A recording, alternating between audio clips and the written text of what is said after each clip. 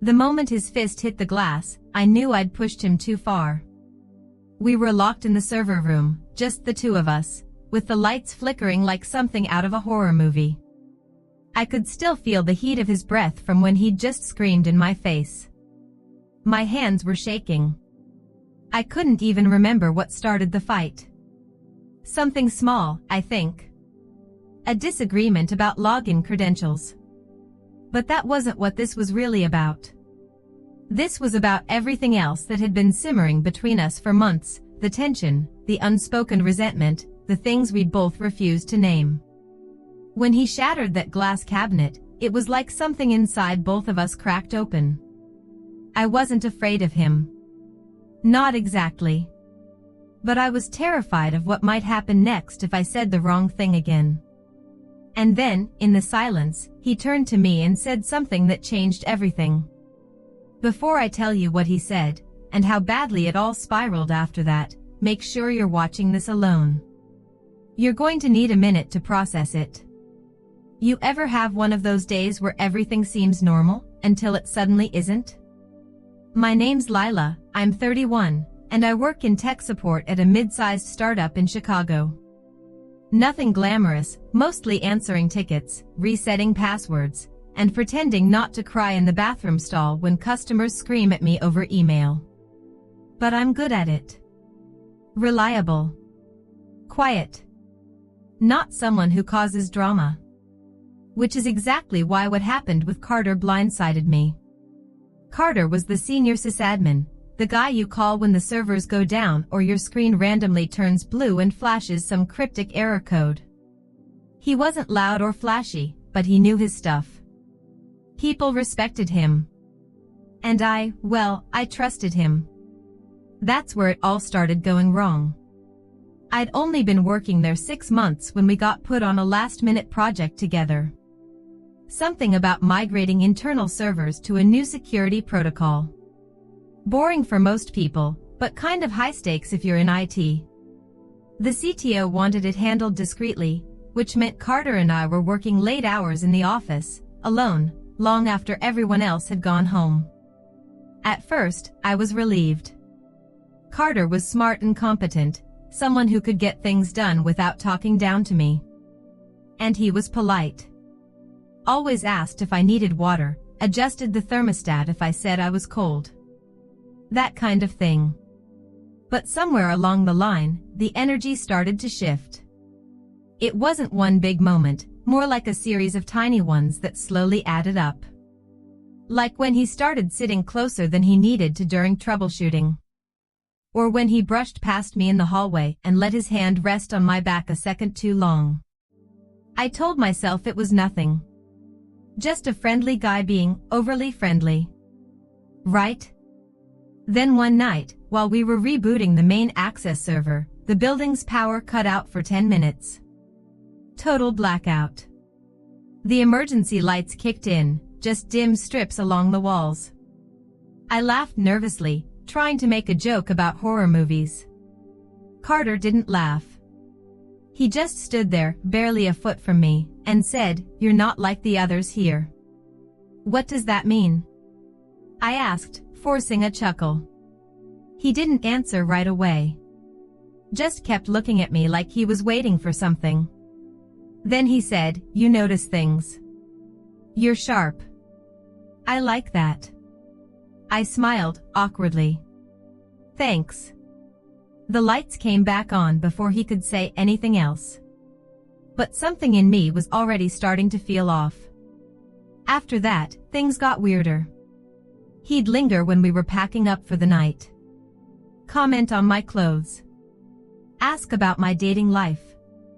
One time he joked about how we should just crash here overnight instead of going home since we were working so late anyway. I laughed it off, again, because what else was I supposed to do? But then came that night.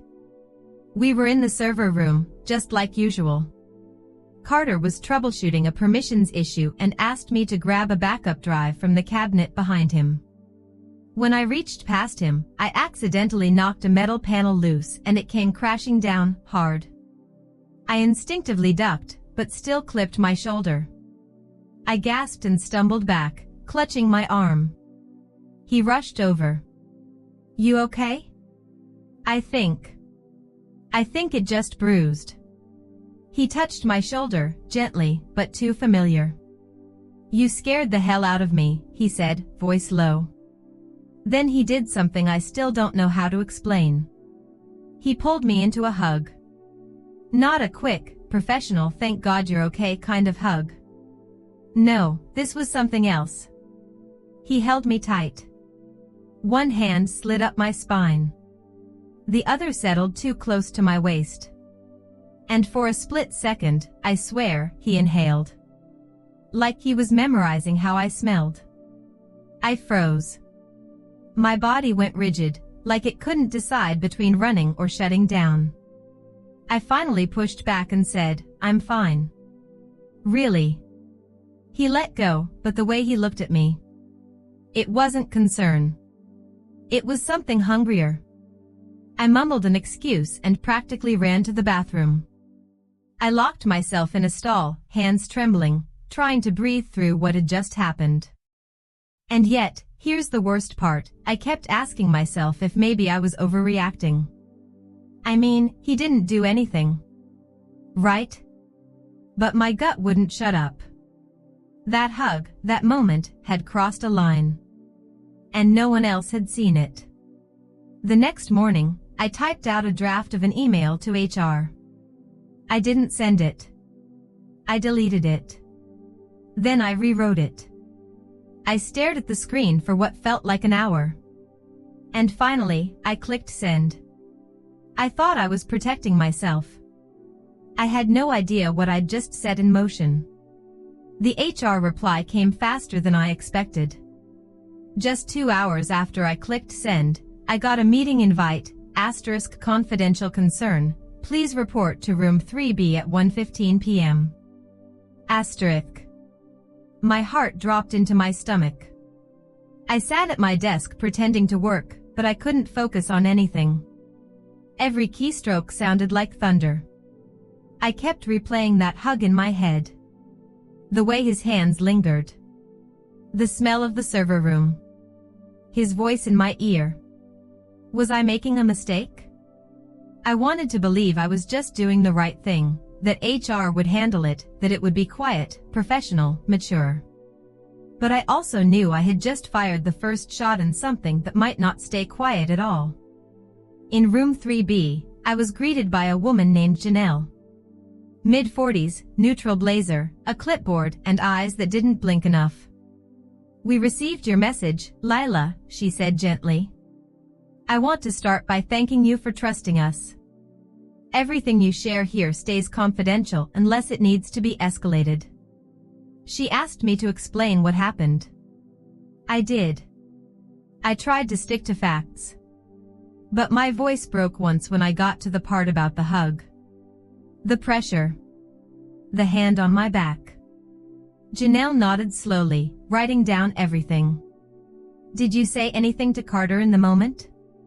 No, I whispered. I froze. That's okay, she said. Freezing is a common trauma response. That word, trauma, hit me hard. Was that what this was? Before I left, she said they'd be contacting Carter, and that until then, I could choose to work remotely for the week if I wanted to. I said yes. That night, I turned off all notifications and curled up on the couch with a blanket over my head like a kid hiding from monsters. I thought I'd feel relief. I thought I'd feel safe. But all I felt was alone. Because I knew he'd find out. And when he did, nothing would ever be the same. I came back to the office 5 days later. Immediately, I could tell something was wrong. The usual nods and greetings were gone. People I used to eat lunch with barely looked at me. I saw Carter down the hall near the IT bullpen. He glanced my way once, a split second, and then turned his back like I didn't exist. That's when I knew. The investigation wasn't quiet. Not anymore. I got pulled into another HR meeting later that day. Janelle looked tired, like she'd had several conversations she didn't want to be in. "We've spoken with Carter," she said. "He denies any inappropriate intent, but he does acknowledge that perhaps the hug was, in his words, ill-timed." "Did he say why he hugged me?" I asked, my voice barely a whisper. She hesitated. "He said it was spontaneous. Out of concern. But, he also stated he now regrets it." I wanted to scream. That was it? Regret?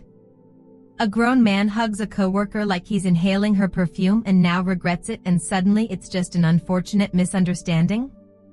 I wanted them to see it for what it was. Something wrong. But then Janelle said something that made my stomach twist. There were no other witnesses, and no previous reports on his record. "However, given your discomfort, we've advised Carter to maintain a respectful distance and limit all communication with you to email or Slack, and only if necessary." "That's it?" I asked. She folded her hands. "We have to work with the facts we have, Lila. But we take these things seriously." I walked out of that room feeling smaller than I ever had in my life. The office wasn't just cold after that. It was hostile. People talked, of course. Someone always leaks. I'm not naive. I know how things spread in a company like ours. Nobody says anything to your face, they just stop inviting you to coffee. Stop tagging you in Slack threads. Stop making eye contact when you pass them in the hall. Even my closest teammate, Priya, started acting strange. She and I had always gotten along, inside jokes, shared playlists, boba tea runs. But one afternoon, I asked if she wanted to go grab lunch, and she hesitated. I've got a meeting," she mumbled, already backing away. There was no meeting on her calendar. That's when I realized I wasn't just being iced out, I was being quarantined. Like I was radioactive. Like I'd ruined something sacred by opening my mouth. And Carter? He never spoke to me again.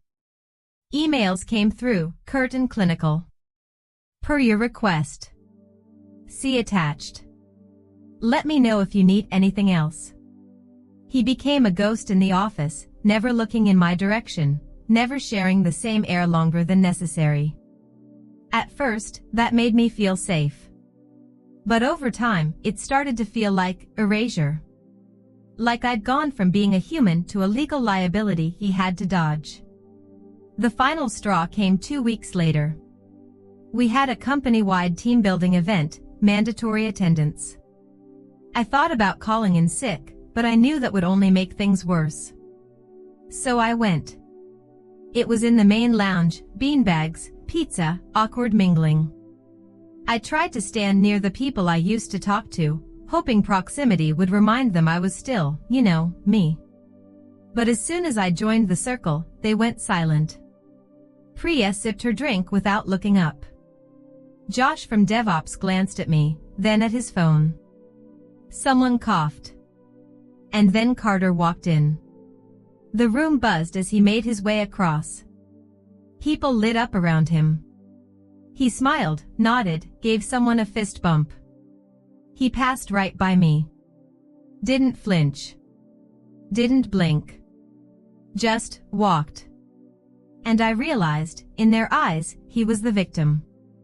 Not me. 3 weeks after I filed the report, I stopped eating in the break room altogether. It wasn't worth the stares. The whispering. The empty chairs that once used to fill so easily around me. I started taking my lunch in the stairwell, 5th floor landing, between the old vending machine and the fire door. It smelled like metal and burnt coffee, but at least no one avoided sitting next to me there. Some days I'd scroll through job boards while chewing on cold sandwiches. Other days, I'd just sit still and stare at nothing, trying to remember who I even was before all this happened. And then, one afternoon, Janelle from HR emailed me. The subject line read, "Follow-up closure meeting." Closure? The meeting was short. Polite. Empty.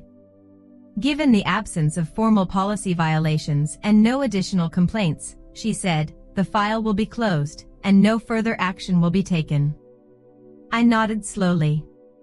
Do you have any questions? She asked. I opened my mouth, then closed it. Because what could I ask? Why didn't you believe me? Why does doing the right thing feel like punishment? Why is he still everyone's favorite? I just smiled and said, no. Thanks.